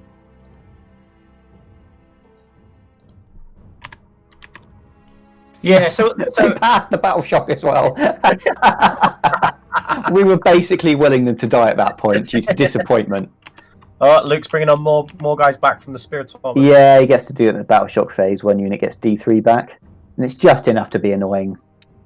Oh, So which ones are Luke going to burn? This is kind of the question I'm wondering. I've been sort of thinking about it. I think the one with the chain gas he should burn, but the rest I'd keep. yeah, I would definitely burn that one because that Frost Lord is looking like it's going to menacingly come in and wipe that unit out. So the 2 units. Yeah, does he have? There's 1 chain gas in his objective, on his board at the moment. Is that one that still you have to come on? Say again. There's 1 chain gas here. Was a dead one, I'm pretty sure. Oh, he's dead. Oh, okay. So there's no more they're going to get dropped in. No burning at all. Okay, fair enough. So, So he thinks he's in that much of a stronger position? Oh wow. well, he kind of is really. I think So- what might happen here is he might try and lure that Stonehorn off of that objective into those chain gas. Yeah, and then he can teleport Yeah. something. Let's have a look. Where's the general can do the teleporting? So he's over in the corner still. So okay, this turn will matter actually. I think, are they ringing the bell? Have we got priority? Oh, it looks like they're getting 2 different coloured dice. Yeah, they're ringing the Yeah. bell. Here we go. All right, I can't remember who's who. So Luke's blue. You sure? Luke's blue. Yeah, Luke's. Oh no, Luke's red. Luke's red. Dennis is It's blue. so misleading because of the Luke hands. is red. Yeah, that's the one. It's a double one. So who went first? It was Dennis. So Dennis has won. Yeah, so it's ogres, right? Yeah, ogres, Side means Dennis wins. which is a lifeline to him. So I think he's got to take it. So it's 10. So if he takes this, the Iron Guts can go in, and you would have thought completely wreck what's left of this chain rouse board here. Yep. He can also retreat well, what is he going to do with this Stonehorn? I don't know. Do something with this Stonehorn. Is re-rolling the Everwinter. I'm not sure what that does. I'm not going to lie. D3 mortal wounds into Kurdos. Well, that's better than all your attacks managed to in that last phase, Mr. Frostlord. So well done for that. I mean, the Frostlord could. I mean, with him winning that, the Frostlord could take Kurdos down now, right? Like, I'm not going to lie. I don't know how that works. Luke didn't steal his CP. Finally. Well done for not rolling a 5, Luke.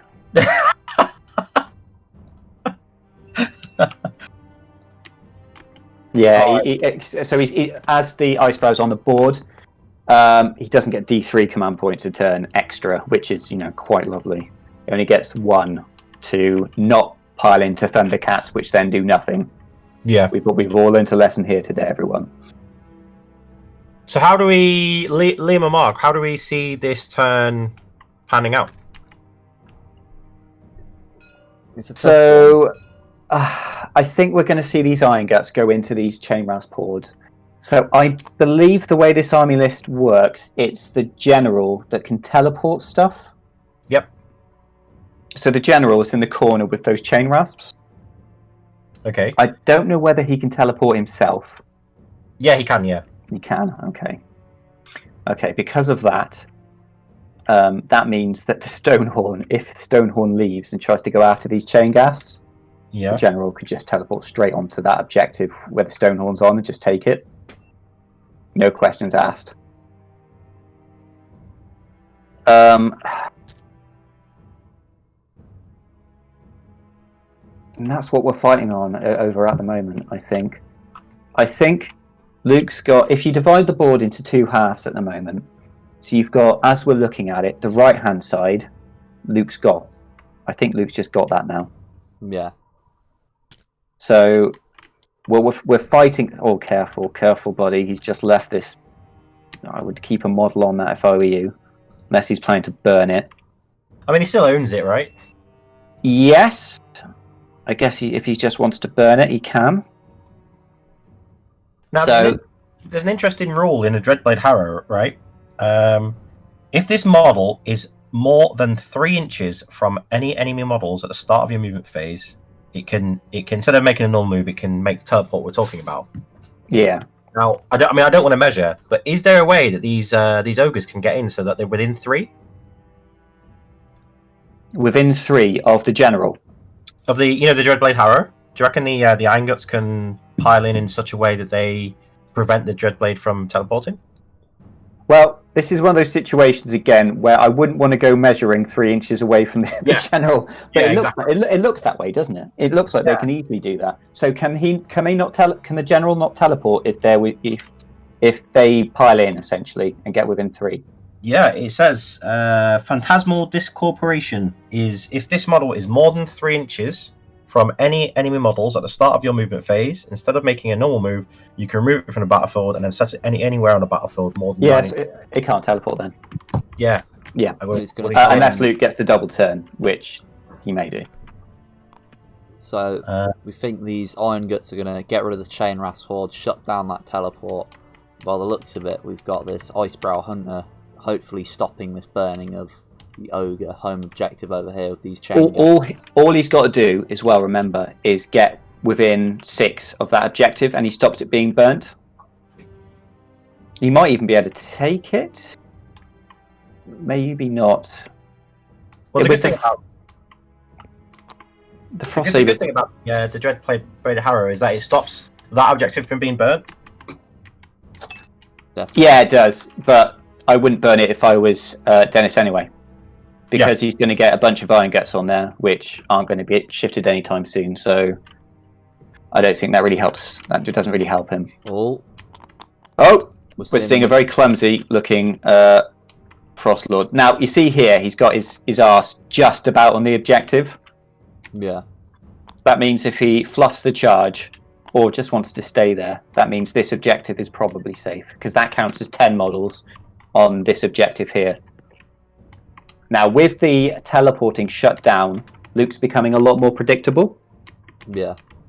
As we were saying earlier, like there's so much you have to think about when you factor in the double turn and the teleporting. There's an awful lot to think about. Right. And the Ogre player's very predictable at the moment what he's going to do, and now Luke's slightly more predictable as well. So the Icebow Hunter has done some shooting attack, but I don't think it's landed anything. The Hunter's now charging. Ogres have shooting? What? A little bit. Nothing to shout about, but a little bit. I think he's got a spear and a crossbow. He does. He does, actually, to be fair to him, that is modelled on. So the Hunter is in. Now, a hero is pretty effective against Chain Gas because as they work with number of models within a certain range, that number of models is going to be 1. So the impacts go into the yellow and don't do anything. You need to mortal wounds, really. Saber charge! Come on, there you go. Thundercats, redeem yourself. Yeah. Redeem. I command you, redeem yourself. So I think these guys do impact hits as well. Go, cats! Oh, it's an 11 charge. Oh. Okay, no impact hits on those. Oh, that's a 4 charge from the Iron Guts. Is that enough? Okay, clearly it's enough.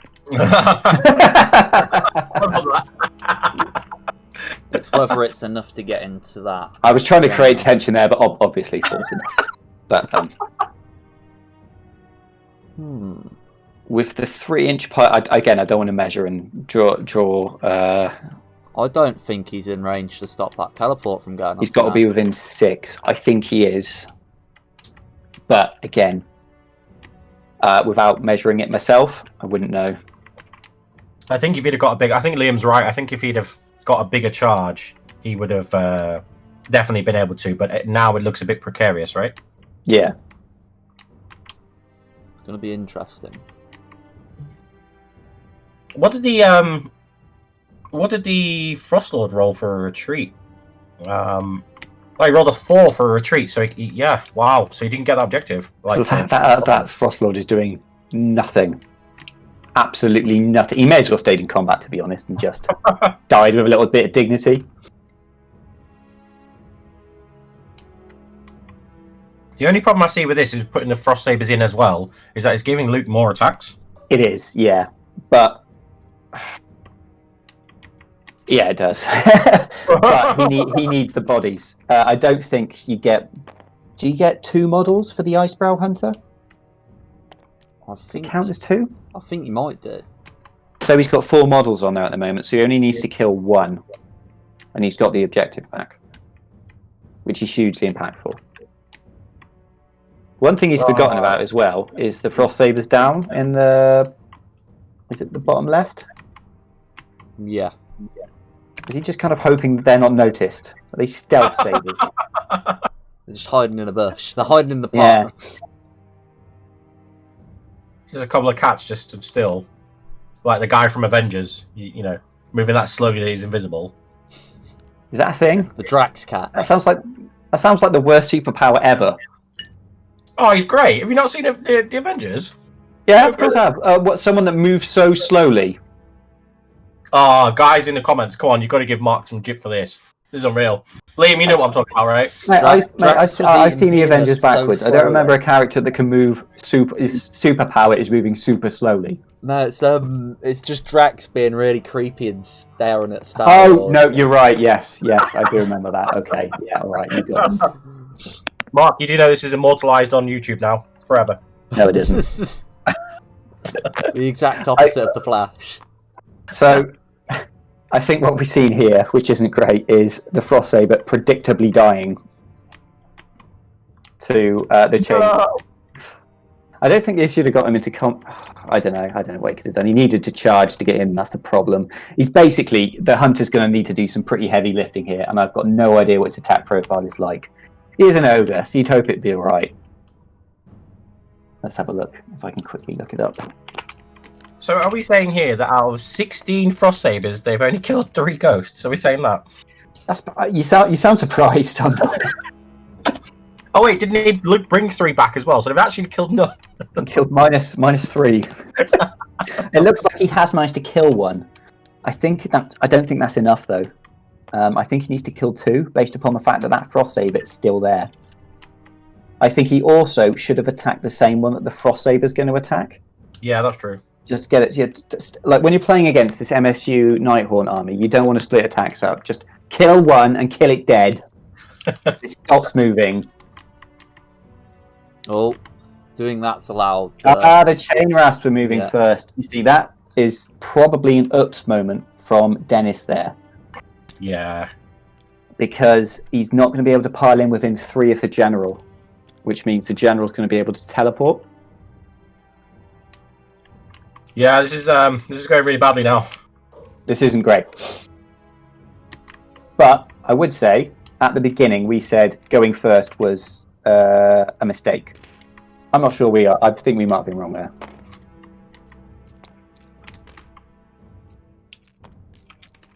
That is a shame. I really wanted to shut down that teleporting. I say me, I'm not playing the game, but, you know. Yeah, I mean, it's like I am.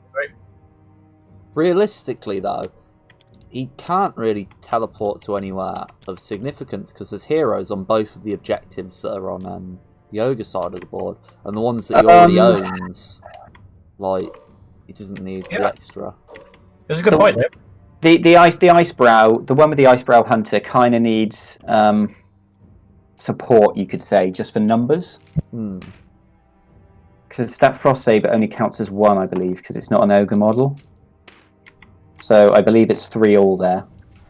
So which means it's going to be Luke's going to retain control over it, which is not good. But you're quite right. With the Icebrow Hunter there, he can't burn it, which is really important, really impactful. So Dennis could probably get another 7 points here, right? If he rolls really well in his D3s. Well, hold on a second. We're just seeing the... Oh, is that 14 times 3 damage that's just gone through on the Iron Guts? 42 damage. That's what we were expecting the first time. That's what should have happened the first time. So yeah, they are well and truly dead. Take them off. Take them off. Well, right. They can't earn that objective. They can't, but they wouldn't. I don't think. I would argue that they shouldn't, because I don't think Luke's going to get that one back. Because his only means of teleporting stuff to there is the general. What he could do, I guess, is he could, in his next turn, teleport the general over to the yellow chain rasp horde. So they're available to be teleported somewhere else. Yeah, that's very true.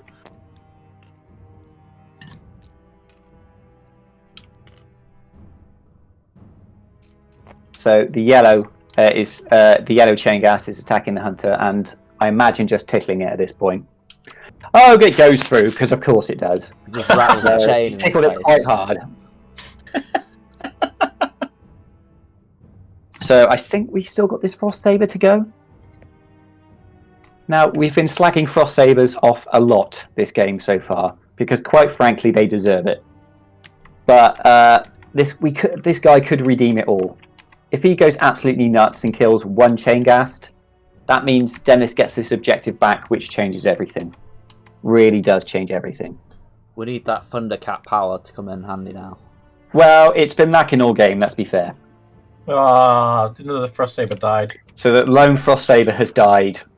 That was surrounded by all the chain ghasts. A moment of silence for the Frost Saber, and we're done. Yeah, we're done. Forgotten forever. So, burning. I think he should burn this one. The one that everyone's pinging right now. Yeah, I don't think... What's he rolling? He's Just rolling. Mads. Oh, yeah. So 3. That's important. That's very important. You needed that. So if you average from the other one, it's as if it was 2. So Luke can't complain. I don't know what they're rolling for at the moment. Is he burning another one? I think this might be Battle Shock. Oh, okay. Yeah, he's just bolstering this yellow unit here. So another thing to consider as well is that the only thing to die so far has been that Thundercat unit and the Chain Rasp Horde. Everything else is very much still alive. So Dennis has just scored 5 points, so he's 69 up, which is a healthy lead, it's got to be said, coming into turn 3. But what we're going to see now is potentially some... I was about to say burning from Luke, but I just don't think he needs to do it. All hit the objectives that Luke's got control of at the moment. I think he's just got for the rest of the game. So with the exception of the one with the Icebrow Hunter on, which is still up for grabs. So let's think what Luke's going to do here. I think he's going to teleport his general out of danger. Potentially put his general on the... just put him in amongst the other ghosts, so he's got options to teleport stuff. Yeah, that's true. So he's going to get 3 a turn. But unless he starts burning his other objectives, I don't know if Luke's got enough. So this yellow blob is going to have to march forward onto some enemy objectives there, because that's what it's there for. Can it sustain a charge from the remaining Stonehorn? I think it can as well. They might be talking it through here. Yeah. I think if to be fair, I think if Luke just moves forward with this yellow unit onto his objective where the hunter is, takes that quite easily. Yeah. You've got other chain, Reichenor's going to go in and kill those cats. all those shots are going to kill the Frost Lord, so he's got no way of getting those sort of 3 objectives. I don't know. You see, the thing is, that keeps going to me is that Dennis is 16-9 up. Yeah. I think that they're just theorying out what's going to happen next, because Luke's got these 3 for the rest. So Luke's got 3 points, 3, 6, 9. That's 9 points guaranteed for Luke. Yeah. I don't think they can call the game based upon that, because the other 3 are. I think Dennis might have 2 of them pretty much locked down. Maybe, I don't know. Without the teleports and deep strike, in a lot of ways, Luke is stuck on this side of the board. Like, it's all very good having these MSU units around, but I think what movement are they? The chain. I think they're like 6 or so. That isn't a lot. Check. Spirit Torment, yeah, they're 6. That isn't enough. They're not like these new whizzy wind units you're seeing appearing for the Lumineth that are like movement 48 and move twice. The Kangaroos of Death. Kangaroo. Have you not seen the new ones? The ones that have got Twitter and a meltdown. Have you seen the new stuff, Liam? Or? I've seen all the new stuff, but I didn't realise all that stuff moved that fast. I thought they just like hopped over stuff. It's the only thing that's really triggering is the fox, mostly because it looks like a fox as well. Right. And just for the record, this seems to happen every time GW releases new rules. Twitter goes into a meltdown, then we actually see the actual rules in play, and then realises, oh, okay, it turns out they were play tested, and we all carry on with our lives. Sometimes what happens is GW admit they've made a mistake and then FAQ it. It's rare nowadays that we have to put up with something completely broken if you ignore the fact that Seraphon are a thing. Oh, we've seen to have had... What's that teleport from? I totally forgot. So the Dreadblade Harrow can teleport, and he can also take another unit. I believe it's on the table with him. Oh, so it doesn't have to be close to him? No, I don't think it does. Oh. Yeah. That's... So he's just taken that. Well, I didn't know he could do that. I thought it had to be with him. Yeah, I think it's in the allegiance abilities, I believe. So, remember when we said that was an oops moment when the Iron Guts didn't pile in first? Yeah. That was a double oops moment.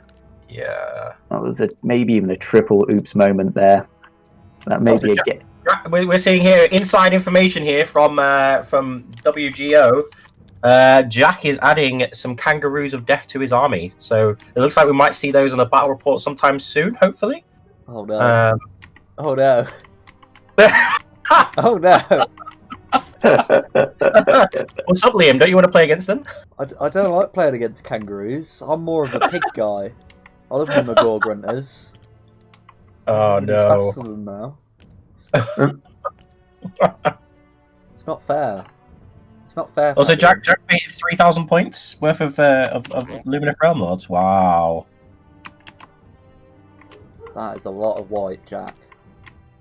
That is a lot of white to paint. You ever spray painted using the white spray as well? I've only done it a couple of times, and it always came out powdery. Yeah, it's always awful every time I use it. I feel like the way forward with that is just the new Wraithbone spray. Yeah. Right. I assume these are the last of the deep striking units to come in as well. Yeah. So Luke's gonna take this objective. He can't burn it though. I can't see him burning it.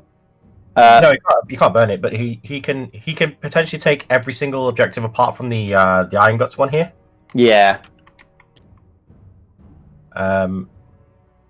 How excited are you, Phil, to play against the Foxes of Doom? How excited are you? And you can say not excited at all. That is an answer. Like, just so everyone's aware of the new rules that have come out that are exciting people on Twitter, let's say. It's that the key thing seems to be that the 6-inch pile, these certain models in Illumineth range have a 6-inch pile-in with flying, and they don't have to abide by the normal rules of pile-ins. They just kind of get a free 6-inch move in the combat phase, which means that they can kind of go wherever they like. And initially when I saw that, I thought, okay, people are going to find a way to break that in such a way that they can't lose or be really, really irritating. I don't think it's going to be quite as bad as that, assuming that those units aren't also like really, really tanky and really good in combat. This is where they're tankier than more crushers now. Yeah, and as soon as I said that, it's going to turn out that they're absolutely amazing at everything. So Liam, we've got a couple of comments for you, mate. Oh. Apparently Liam doesn't like kangaroos because of their pouches. He's being out of pocket. Badoomch. You're not wrong. I love me some pockets, but kangaroos have only got one. I normally have 7 pairs of pockets on my trousers for all my little goodies for games. You got my dice pocket, you got my tape measure pocket, you got my snack pocket, you got my drink pocket. I forgot the other pockets. And do you know what we don't see enough at tournaments as well? And I think these should make not a comeback, but should be introduced. Tactical bum bags. Yeah, 100%. What? Tactical bum bags. They've got your dice in. They've got your tape measures in. They've got your little rule book. Like you play someone, and they've got not your rule book. You've got a little notebook that you can write down people and names that you don't like. The book that of sort of thing. Yeah, grudge. Yeah, a little book of grudges. You can just get out and write someone's name, like Luke 20 times in a row. Wait, I'm going to bring a book of that. I've got an encyclopedia of that. What, I've just Luke written again and again and again. Liam, we've also got another comment in the comments. If your white spray is coming out powdery, I suggest seeing a doctor.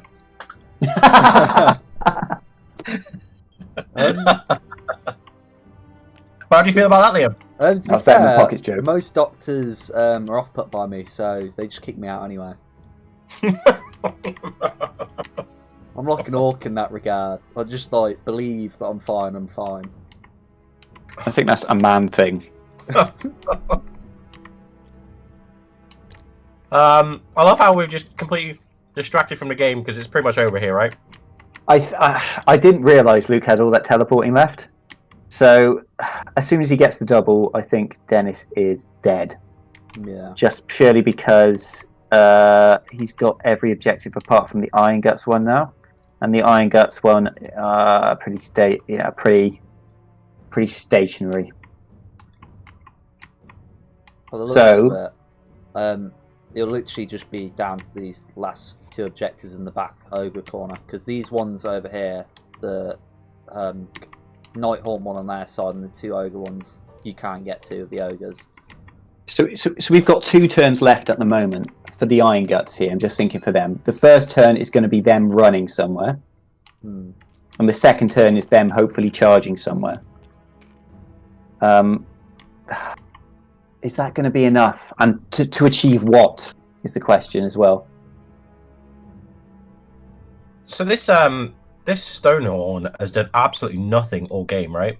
No, it hasn't done anything. In fact, it's moved off an objective and made a mistake. That's what it's achieved so far. I get that this is what I was talking about earlier, guys, about if he was hugging the red lip. Yeah. The teleport shenanigans wouldn't have been able to go off. To be fair, I didn't know that I thought that the teleport shenanigans were limited to something around the general. Yeah. No, Mark, that would make sense. That would make sense, wouldn't it? It's not as bad as Seraphon teleporting, but it's pretty bad.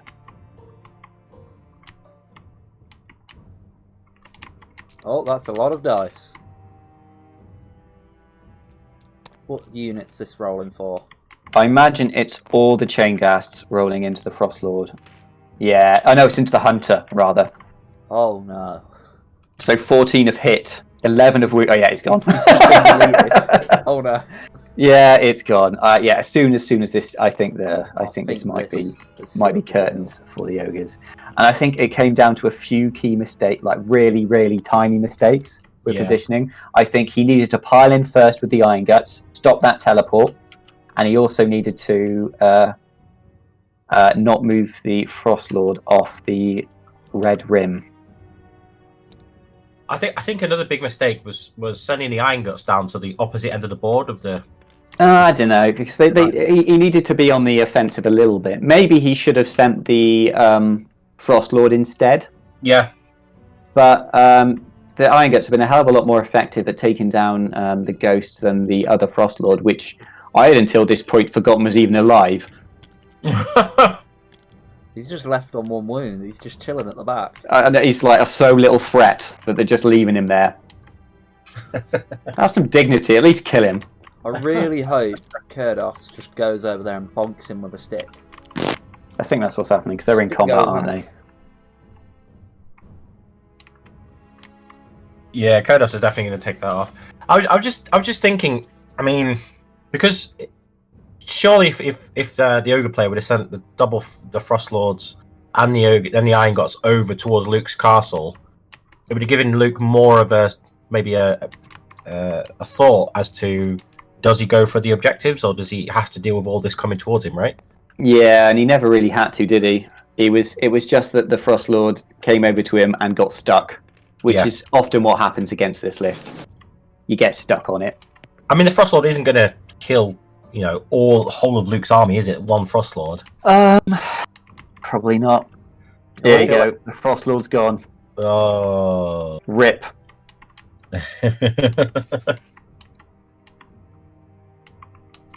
So Liam, how's your first live stream? How's it treating you? I'm terrified that it might mess up still, but it's going well. It's going well. As long as it doesn't, as long as we don't find out we've been talking into the void for 2.25 hours, I think you're fine. I think we're fine. It should be okay, right? And to be fair, if we've been talking into the void for 2.25 hours, that might even be an improvement in some cases. Yeah, exactly right. Some of these jokes just haven't been landing. We haven't really come up with a good phrase for the cat bomb. I don't know. Cat bomb and cat attack has been pretty. Cat attack's probably the best thing I've heard. So far, I've been pretty good. Yeah. It's just a shame that combo did absolutely nothing. We were promised a world. We weren't really.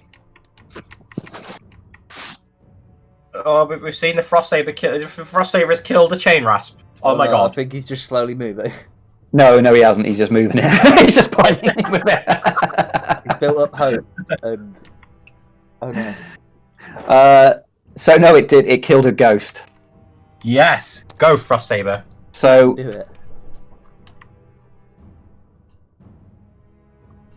No. So the gas are going back into it now. He's down to 1 wound left. The yellow one is going to pile in now. Well, he might be outside range. He might be out of 3 inches now. Oh no, sorry. The yellow horde, which are definitely in range. The comments are loving the Thundercats. Cat attack.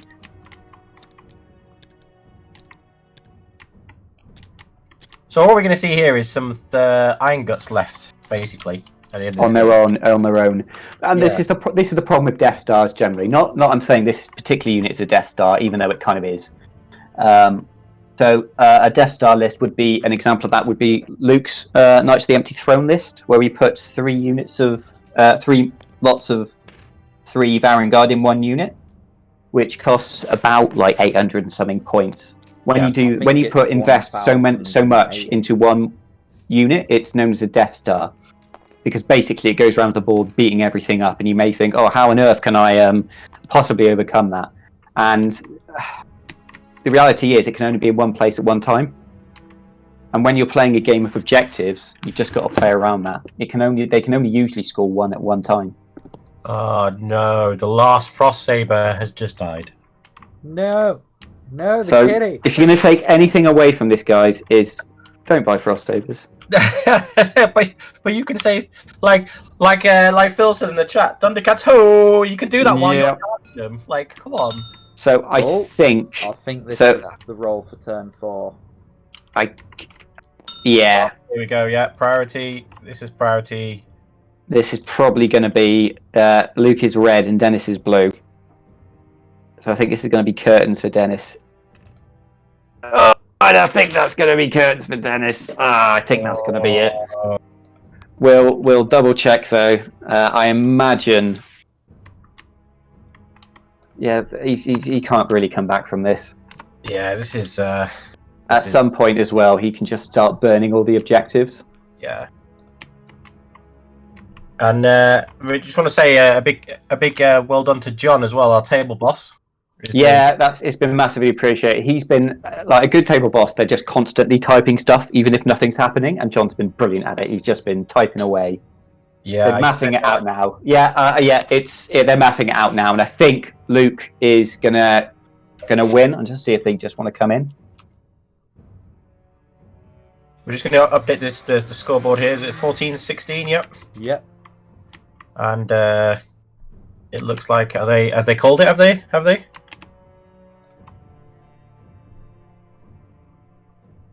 It looks like it's going to be a 19-1 to Luke. It looks like they're just talking about auxiliary objectives. Hi there, guys. Oh, you guys are here. Hey, so how did you find the game, both of you? Well, it was a bit rough. It was a bit towards the end. Yeah, it was a hard matchup, especially taking on Nighthaunt on the Scorch Earth scenario is pretty rough. Yeah, absolutely. I knew that from the start. I just tried my best, and I made a few mistakes by zoning out the objectives with my 2 sabers. I could have done that a little bit better, but well. Yeah, I was saying to everyone on the stream, you got to try and with the sabers like touch the red rim. Yeah, definitely. That's the 3-inch line. Yeah. Yeah. Like also one thing I noticed is you've got your iron guts in the top corner. Mm-hmm.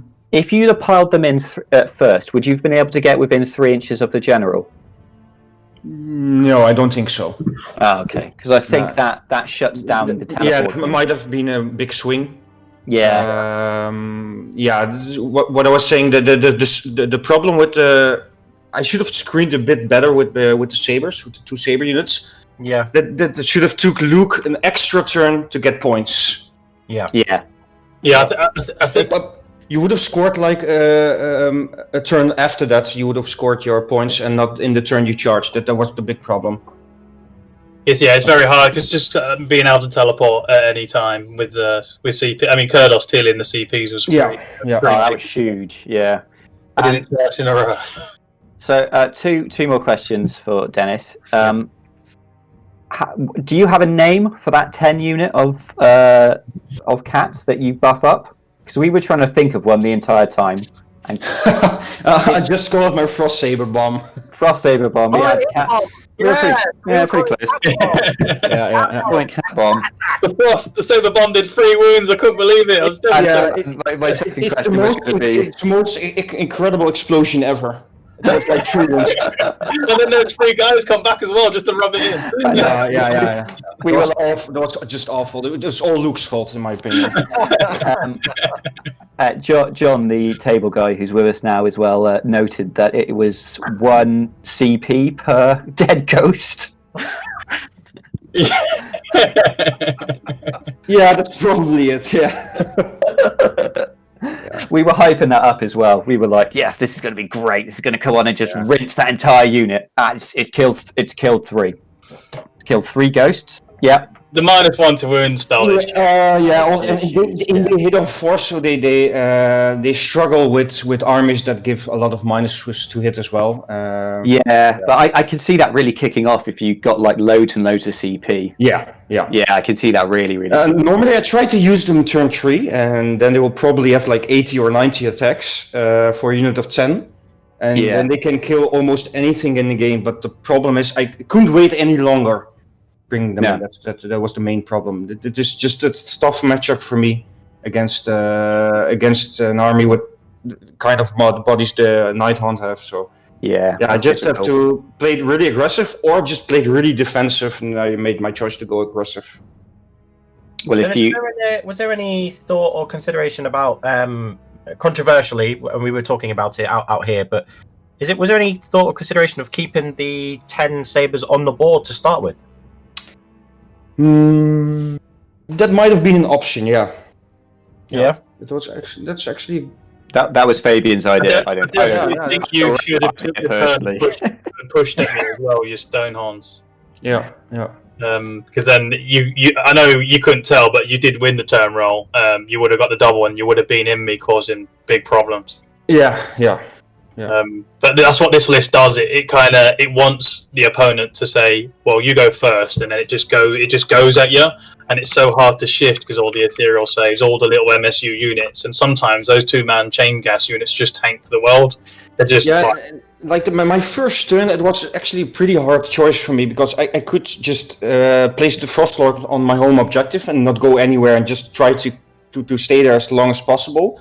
I made the choice to go a bit around the chain rush and try to get a big charge off to get Luke's objective like the first turn. But obviously that didn't work at all. Dice gods weren't with you.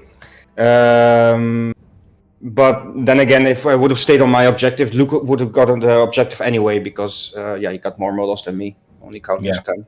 So yeah. On the YouTube. We've got some comments. We've got a couple of comments saying poor cats and poor fat men dying hungry. Yeah. Well. We've also got another one saying sad times, Luke wins, and a big massive boo. It looks like the fans were with you, Dennis. Yeah, that's great. Yeah, we were impartial throughout, obviously. Anyway, It was all about the ogres. Everyone is just against Luke. That's the main thing. I think why. So, Liam, John, first stream. How did you guys get on? How you loved it, or? Oh, I did enjoy myself, but I don't think I've ever typed so much in my life. You were great at typing all the details. Even when nothing was happening, you were still going. It was definitely a great experience. I'm definitely going to do more of these. Probably refine it so we don't blow up the board halfway through the game. I don't even know what happened there. One was there, and the next minute it's just exploded. I know what happened. It was me. I was looking on the screen on the tabletop and then switched to my other screen, but I didn't click onto the screen of Discord, so I pressed Q or E and it spanned the table. Oh no.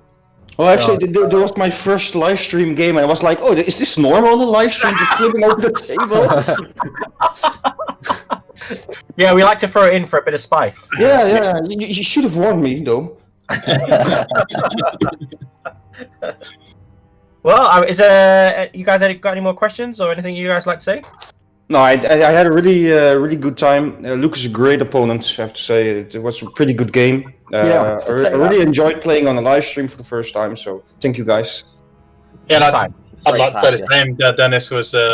Dennis was an amazing opponent, and I'd also just like to state that's how you move over 120 models in less than 2 hours.